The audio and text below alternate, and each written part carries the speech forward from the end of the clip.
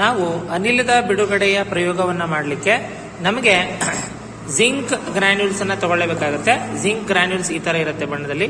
ಇದನ್ನ ನಾವು ಏನ್ ಮಾಡ್ತಾ ಇದೀವಿ, ಒಂದು ಬೀಕರ್ಗೆ ಹಾಕ್ತಾ ಇದೀವಿ ಅಥವಾ ಕೋನಿಕಲ್ ಫ್ಲಾಸ್ಕ್ಗೆ ಹಾಕ್ತಾ ಇದೀವಿ. ಹಾಗಾದ್ರೆ ನಮ್ಮ ಹತ್ರ ಸಾರೀಕೃತ ಸಾರರಿಕ್ತ ಒಂದು ಸಲ್ಫ್ಯೂರಿಕ್ ಆಮ್ಲ ಇದೆ.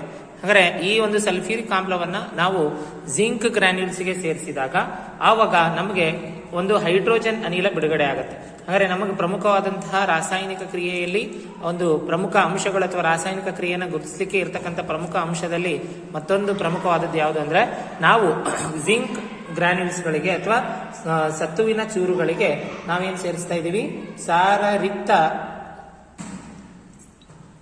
ಸಲ್ಫ್ಯೂರಿಕ್ ಆಮ್ಲವನ್ನು ಸೇರಿಸ್ತಾ ಇದ್ದೀವಿ. ಓಕೆ, ಈಗ ಒಂದು ಸಾರರಿಕ್ತ ಸಲ್ಫ್ಯೂರಿಕ್ ಆಮ್ಲದ ಜೊತೆ ಒಂದು ಸತುವಿನ ಚೂರುಗಳು ವರ್ತನೆ ಮಾಡ್ತಾ ಇದೆ. ಈಗ ಹೈಡ್ರೋಜನ್ ಅನಿಲ ಬಿಡುಗಡೆ ಆಗುತ್ತೆ.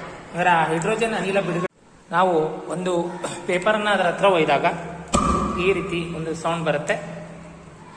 ಇದು ಏನನ್ನ ತೋರಿಸುತ್ತೆ ಅಂತ ಕೇಳಿದ್ರೆ ಹೈಡ್ರೋಜನ್ ಅನಿಲದ ಬಿಡುಗಡೆಯನ್ನು ಸೂಚಿಸುತ್ತೆ.